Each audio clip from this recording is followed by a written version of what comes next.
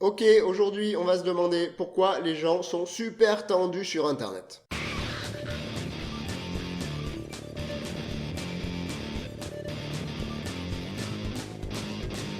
Alors, d'où me vient l'idée de cette vidéo? Je t'explique un peu l'histoire. Il y a 10 ans, il y a un phénomène que les gens appelaient la génération Snowflake. L'idée, c'était que les jeunes étaient devenus de gros fragiles sur Internet. Snowflake, ça veut dire flocon de neige. Et cette fragilité était caractérisée par une très forte sensibilité au sujet qui les touche, à une indignation morale très forte et beaucoup de violence verbale envers les gens. Alors maintenant, on parle plus du tout de génération Snowflakes, puisque ce comportement est un peu la norme sur de nombreux réseaux, que ce soit chez les jeunes ou chez les personnes âgées. Et il y a un mois, je suis tombé sur un post qui listait les jeux moralement pas acceptables et qui s'indignait des jeux parce que certains avaient des arcs-en-ciel dedans. Ce qui est évidemment signe de nazisme et de décadence civilisationnelle.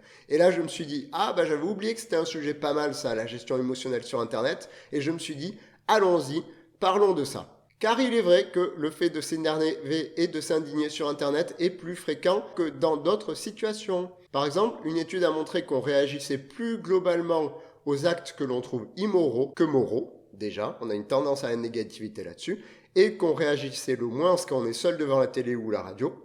On réagit encore plus à quelqu'un qui est en face de nous, et on réagit encore plus, on s'indigne encore plus sur Internet. Alors, comme j'ai envie que les gens apprennent, et qu'on va expliquer la sensibilité des gens dans la vidéo, je vais donner le moins d'exemples possible trop réalistes pour choquer personne, parce que sinon ça part vraiment très vite en guerre dans les commentaires. Mais t'inquiète, des flocons de neige t'en as partout, t'en as plein, entre ceux qui surréagissent et flinguent les gens pour une erreur de grammaire, et ceux qui en retour se disent cancel partout et outrés qu'on les critique, mais bizarrement ils peuvent le gueuler partout.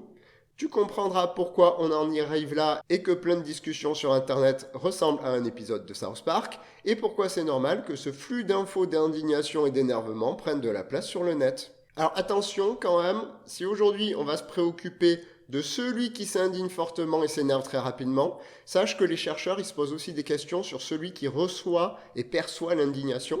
Par exemple, quand on perçoit quelqu'un qui s'insurge sur Internet, on aurait tendance à surestimer sa colère. Donc, en retour, la personne en face réagit encore plus fortement que l'autre n'a réagi, car elle surestime son indignation. Alors, on va voir qu'il y a plusieurs facteurs qui augmentent la probabilité de réaction forte sur Internet par rapport à la vraie vie, parce qu'on n'a pas des modèles clairs et nets de la sensibilité émotionnelle sur Internet, mais on a des études isolées qui prennent en compte certaines facettes du phénomène dont on va parler ici. Donc, pas de gros modèles pour tout expliquer et tout imbriquer, mais des idées par-ci par-là. Globalement, tu as deux types d'approches sur le sujet que j'ai trouvé. Une approche psychologique des émotions où l'on explique pourquoi celles-ci montent plus vite sur le net, notamment sur le négatif, et une approche que l'on retrouve dans les recherches en sciences politiques et en éthique, qu'on verra ensuite. On va commencer par les approches psy. Alors le premier point est lié à ce qu'on appelle l'affordance émotionnelle. Alors déjà l'affordance, c'est quoi? L'affordance, c'est la capacité d'un objet ou d'une situation ou d'une personne à nous signifier sa fonction directement, sans qu'on ait besoin d'expliquer. Par exemple, si sur un site tu vois une flèche en bas de la page, tu vas comprendre facilement que cliquer dessus va te donner la suite de l'histoire. Ou quand tu vois une plaque de bois avec 4 pieds à hauteur de genou dans un parc, tu vas dire tiens, une chaise pour admirer la vue et m'asseoir. Par contre, si la chaise, elle se trouve au milieu du parc, au milieu de la fontaine, niveau affordance, tu vas être un peu plus paumé. Tu ne sauras pas si c'est quelqu'un de bourré qui l'a foutu au milieu de la fontaine, ou alors si les mecs ils ont prévu que tu te prennes de l'eau dans la fontaine en t'asseyant et en te reposant, ou si c'est de l'avant-garde, post-modernisme, de l'art urbain. Eh bien, l'affordance émotionnelle, c'est la capacité d'un lieu ou d'une situation à t'amener à une émotion plus qu'une autre. Comme quand une musique triste dans un film te dit clairement qu'il va falloir être triste. Et donc, il y a un élément dans notre vie qui nous dit clairement comment on doit ressentir notre vie, eh bien c'est les normes sociales et le renforcement des gens autour de nous. Tu sais, un peu comme quand dans ta belle famille, tu vois que tout le monde se gueule dessus un peu partout. Chez eux, certaines situations sont devenues des déclencheurs de colère. Par exemple, si une cuillère est mal rangée, ils vont partir en couille, alors que chez toi, ça aurait juste déclenché une remarque rigolote. Si en 10 ans, les gens outragés sont passés de exceptionnels et on se fout d'eux en les appelant des flocons de neige, et on en fait des articles méchants à tout le monde s'en tape de les désigner, c'est que plein de réseaux sociaux sont passés par là et ont transformé en norme le fait de s'insurger. Les chercheurs ont même classé les réseaux dans lesquels le négatif était mieux perçu qu'ailleurs. Ils en ont fait un petit classement. Alors étonnamment, Twitter n'est pas en première place sur la colère et les sentiments négatifs, mais par contre, il est le dernier quand les gens doivent dire si le positif est approprié ou pas. Maintenant, reste à se demander pourquoi les normes sur les réseaux ont tendance à privilégier les contenus plus outragés et outrageants, et ça on verra des indices potentiels par la suite. Le deuxième point psychologique qui pourrait augmenter fortement les émotions, c'est que balancer ses émotions, ça fait tout simplement plaisir. On a remarqué par exemple que se mettre en colère sans réfléchir 2 secondes et en se laissant aller, cela soulage. Et c'est tout aussi vrai sur Internet. D'autant plus que tu as moins de freins sur Internet à le faire, comme l'empathie envers l'autre, qui va t'empêcher de balancer ta haine quand tu as quelqu'un en face de toi. Donc frein en moins sur Internet, donc plus de colère. L'expression de la colère, c'est une bonne technique de la gestion de la colère à court terme. C'est beaucoup plus plaisant que de la garder et de gérer l'inconfort de garder sa colère. Et alors, comme j'en avais parlé sur une vidéo sur la chaîne de Fabien Olicard sur le harcèlement, on peut rajouter qu'en plus, il y a des gens dont cela fait plaisir de faire du mal en défonçant les autres. Ou certaines personnes trouvent du plaisir dans le fait de faire partie d'un groupe qui éclate une autre personne. Bref, exprimer sa colère directement sans filtre, il y a déjà un effet de plaisir immédiat. Après maintenant, et là on va en parler plus de santé mentale, la question c'est de savoir si c'est bon à long terme, parce que c'est bon à court terme. Mais est-ce que c'est bon à long terme de rester trop dedans dans cette émotion négative? Parce qu'il y a quand même des indices qui laisseraient penser que ça pourrait être problématique. D'une part, parce que la colère sur le long terme, ça pose des problèmes sur la santé, donc passer son temps à s'insurger, c'est pas bon pour soi. D'ailleurs, il y a des chercheurs en éthique qui se demandent si on pourrait pas designer des sites qui ne vont pas aller chercher notre colère, car des chercheurs ont montré que le fait d'être abreuvé de négativité, de se sentir obligé d'y répondre, peut être un facteur dans l'usage problématique d'Internet. Je te remets l'une des blagues les plus drôles d'Internet sur ce sujet. Personnellement, elle me fait toujours rire, donc vas-y, rigole avec moi. De plus, si dans certaines visions, se soulager et chercher le positif à court terme, c'est super important, t'as d'autres visions philosophiques et psychologiques qui tendraient à montrer que les émotions mixtes seraient plus bénéfiques sur le long terme pour plein de raisons. Les émotions mixtes, c'est le fait d'avoir un peu de nuance dans tes émotions, pouvoir être en colère mais en même temps attendri par une personne. C'est la gestion d'émotions ambivalentes qui t'apporterait une vision un peu plus complexe du monde. Donc je devrais faire un jour une vidéo dessus parce que ça serait pas mal de comprendre comment les émotions nuancées ou ambivalentes peuvent rendre plus heureux sur le long terme parce que c'est pas intuitif. Bref, Internet, ça proposerait un plaisir immédiat de défoulage qui renforcerait alors les normes de gestion émotionnelle par l'expression directe des émotions sans aucun filtre, et donc une sensibilité plus élevée. Mais en gros, ce ne serait pas que les gens sont plus sensibles, mais s'ils expriment mieux et plus fortement leur sensibilité. Comme si tu réglais ta mitraillette sur vigilance max parce que c'est plaisant de l'avoir tirée, parce que ça fait plein de piou-piou-piou, c'est très drôle. D'ailleurs, sur Internet, on entend souvent que les gens ils s'outrageraient, ils s'énerveraient sur Internet pour gagner des points de vertu et signaler aux autres qu'ils sont absolument géniaux, pour mieux se faire voir. Mais pour l'instant, il y aurait plutôt des pistes pour dire que ce que les gens chercheraient et ils seraient satisfaits dans cet énervement, ce serait plutôt qu'ils se sentent authentiques. Ils chercheraient à être très honnêtes envers eux. Donc ça serait plutôt une recherche d'authenticité et d'expression directe des émotions que les gens rechercheraient. Bon, après, ils peuvent gagner des points de vertu, mais ce ne serait pas l'intérêt le premier. Donc à court terme, les réseaux ils sont très pratiques pour la gestion émotionnelle des émotions négatives, parce qu'en fait les balancer en général ça fait du bien. Maintenant, est-ce que ça vaut à long terme? Pas forcément, et j'en avais parlé plus en détail dans mes 2 livres, donc je vais continuer à faire la promo, parce qu'il y a encore des gens qui me disaient il y a une semaine qui savaient pas que j'avais écrit des livres 1 an après. C'est pas possible ça. Maintenant, ces études, elles montrent que le fait d'être en ligne, sans la personne en face de toi, va faciliter l'expression émotionnelle négative. Mais il y a des chercheurs en politique et en éthique qui se sont intéressés à la question pour 2 raisons. La première, c'est que quand une personne s'indigne sur le net, c'est qu'elle réagit à quelque chose qu'elle trouve honteux. Et donc, qu'elle pense que cela ne devrait pas se passer comme ça. Donc on arrive vite aux politiques et à ce que l'on estime qui devrait changer dans le monde. Et de 2, ça touche aussi à l'éthique, car il est fortement probable que certaines personnes aient un intérêt à créer des émotions fortes chez toi pour leur propre intérêt. Donc, du côté politique, la question principale que les chercheurs se posent, c'est lorsqu'on le voit quelque chose qui nous semble anormal, qui devrait changer selon nous, le fait de se mettre en colère sur Internet est-il utile?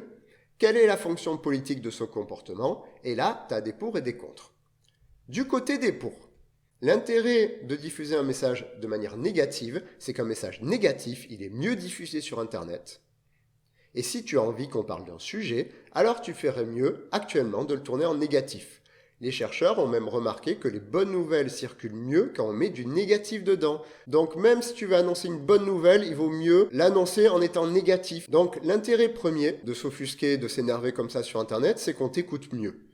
Plus tu mets de négativité dans ton message, plus il y a de chances qu'il se diffuse, et ça a été montré dans une recherche où en fait ils augmentaient le nombre de mots négatifs dans un message, et plus ils augmentaient le nombre de mots négatifs, plus le message était diffusé. Et même entre les médias ça marche, puisqu'un passage télé où tu t'énerves dans tous les sens va être mieux diffusé sur le net après. Alors, par contre il y a une petite nuance, ça ne veut pas dire que tous les messages négatifs sont mieux diffusés. Apparemment, les messages négatifs se diffuse mieux entre des gens qui se connaissent très peu. Par exemple, dans une famille, ce n'est pas forcément le négatif qui se diffuse le mieux. Et c'est comme ça que des chercheurs expliquent que certaines études voient que des messages positifs se véhiculent mieux que d'autres. Et bien en fait, ça dépend de la proximité que tu as avec les gens qui t'écoutent. Mais comme sur Internet, la proximité avec les gens elle est assez faible, le négatif se diffuse mieux et va plus vite. Donc deuxième intérêt ensuite politique de s'offusquer ainsi, et en étant potentiellement violent avec les autres, c'est le resserrement du groupe. Plus tu envoies de messages négatifs sur un groupe et que tu présentes un ennemi, plus les liens de ton groupe ils se soudent et plus tu gagnes de réputation dans ce groupe. Donc tu vois que tu es gagnant-gagnant puisque d'un côté tu balances tes émotions rapidement en étant plus authentique, mais en plus sur le net tu trouveras forcément des gens pour te valider même si tu dis de la grosse merde. Et le troisième intérêt qu'avancent certains chercheurs, ça serait de pousser à l'action collective. L'idée c'est que diffuser un message le plus fortement possible, ça augmenterait l'adhérence des personnes au message, ce qui faciliterait ensuite le changement. Bon, par exemple, si tu t'insurges que les bars, par exemple, ne proposent que des cocktails avec plein de glaçons dans lesquels finalement tu ne sens que le froid et pas du tout le goût du cocktail, eh bien en fait, tu ferais mieux de le diffuser en négatif pour que les gens t'écoutent et qu'ensuite on puisse faire une action collective pour changer ça. Alors ça, c'est les arguments pour, oui, indignons-nous sur Internet fortement et allons gueuler sur les gens, mais il y a des chercheurs qui pensent que ces avantages, ils sont écrasés par les conséquences négatives de cette indignation morale. Déjà, selon ces chercheurs, plutôt que de pousser à l'action collective, ça la réduirait plutôt. On avait eu l'exemple sur la prévention en santé, où l'on voit que plein de messages négatifs ne marchent pas forcément bien. Selon ces chercheurs, une action politique, elle a besoin d'une motivation et d'une stratégie. La colère, elle nous donne la motivation, mais la colère à des degrés trop importants aurait des effets néfastes, comme en baissant nos aptitudes décisionnelles, elle réduirait notre capacité à réfléchir sur le long terme, et elle simplifierait trop des situations complexes et nous ferait mal évaluer les risques. L'un des autres problèmes est que si on peut s'indigner, l'autre le peut aussi, puis l'autre, et puis encore l'autre. Et donc sur Internet, on est soumis à 15 000 indignations différentes, et donc il n'est plus possible de faire le tri entre les combats qui vaut le coup qu'on se batte pour eux et ceux qui ne valent pas le coup. Et d'ailleurs, il y a un biais humain qui fout la merde. Déjà, c'est que plus un message est négatif, plus il se diffuse, ok, ça on le sait, mais c'est que plus un message diffuse une info qui a peu de chances d'arriver dans ta vraie vie, et plus les gens ont des chances de s'y intéresser. Donc, dans le bruit d'Internet, une info sur tel influenceur qui aurait eu l'outrecuidance de donner un surnom à un autre, Trump qui dit qu'on mange des chats, ou n'importe quel événement qui a une chance sur 10 millions de t'arriver, va se diffuser largement plus que n'importe quel autre message. Donc, ce que ça donne, l'indignation sur Internet, c'est que 10% des enfants sont victimes d'inceste et que donc il y a de fortes chances que ça concerne tes enfants ou les copains de tes enfants, mais que tu entendras bien plus parler que les gens s'insurgent, qu'on apprenne aux enfants la fellation au CP, sauf que ça n'arrive juste pas, en fait, qu'on apprenne ça aux enfants au CP. Et c'est un facteur possible de diffusion des fake news. Donc, dans le bruit d'Internet et des désignations, peut-être que le fait de pousser les gens à s'énerver ferait qu'on passerait à côté des véritables combats. Un autre problème, c'est que ces chercheurs notent que cela ne change pas le rapport de force. Si un message minoritaire veut se faire entendre, il est logique à court terme d'utiliser l'indignation morale pour diffuser rapidement ce message. Le problème, c'est que le groupe qui a l'indignation inverse et qui est majoritaire, il a plus de force de frappe et donc au final, le groupe minoritaire, il va tout se prendre dans la gueule, souffrir et réduire sa marge d'action malgré tout ce qu'il aura pu faire comme effort pour s'en sortir. Et finalement, un argument contre, ce serait que l'idée que c'est que pour un changement, il faut une coordination de plusieurs acteurs de la société civile. Mais si tu crées des messages clivants avec les gentils et les méchants et les gens qui s'indignent tous les uns contre les autres, eh bien, tu réduis tes possibilités d'action dans la vie réelle. D'ailleurs, il y a des études là-dessus qui montrent que sur Internet, les gens ont tendance de plus en plus à se polariser et à faire des cases gentils-méchants, alors que dans la vie réelle, les visions sont beaucoup plus nuancées. Bref, pour l'instant, est-on capable de savoir si l'indignation morale, l'énervement et le fait, et ce qu'on appelait avant d'être un flocon de neige qui balance sa sensibilité à tout le monde sur Internet, c'est utile? Et sous quelle forme c'est utile? Ben on sait pas trop. Mais c'est un sujet en sciences politiques et il y aurait de quoi creuser le sujet. Parce que si la colère et son expression sont particulièrement utiles, parce qu'il faut pouvoir créer une motivation, un besoin de changement quand quelque chose qui se passe qui nous plaît pas arrive, ben, sous quelle forme on peut utiliser cette colère et tout, c'est difficile à dire et je crois pas qu'on a des réponses claires actuellement au niveau de la recherche. Et enfin, on a les chercheurs en éthique qui se posent des questions aussi sur l'indignation morale. Parce que imagine, t'es un milliardaire qui a un réseau. Tu sais que les messages entre inconnus se diffusent plus s'ils sont négatifs. Les messages avec plein de colère se diffusent plus. Les messages peu importants se diffusent plus. Le conflit entre les groupes font plus réagir. Tu sais que tu vas gagner du fric sur le temps que passent les gens sur ton réseau et sur les messages qui s'y créent. D'après toi, tu fais quoi? Eh ben, si tu n'as pas d'éthique et de garde-fou personnel, ben, tu prends le fric que tu as en utilisant ces biais humains. Et maintenant, imagine, tu es un influenceur ou un gars qui veut faire du fric dans ce système, ben, tu fais quoi? Ben, tu remets des pièces dans la machine en faisant des vidéos indignées sans réflexion et sur des sujets souvent à la con pour divertir. D'où les chaînes qu'on appelle de newsers qui ont popé depuis 10 ans, qui t'informent autant que de lire Choupi à la plage, et qui sont là juste pour créer des histoires de merde sur des choses qui n'arrivent quasiment pas, et se faire du fric. D'ailleurs, il y a quelques chaînes de marketing, que je mettrai en commentaire si je les retrouve, qui t'expliquent comment utiliser ces ficelles pour arriver à se faire des tunnels de vente ou arriver à en vivre sur Internet. Et à la limite, ça poserait pas de problème si des chercheurs ne donnaient pas l'impact négatif potentiel de cela sur la société. Donc au final, ce qu'on appelait les flocons de neige il y a 10 ans, en fait, tu as plusieurs profils derrière. Entre les gens qui rendent du boulot et qui veulent juste se défouler comme au PMU. Entre ceux qui sont pris dans le torrent de fake news sur la fin du monde et qui y croient et qui partent en vrille là-dessus.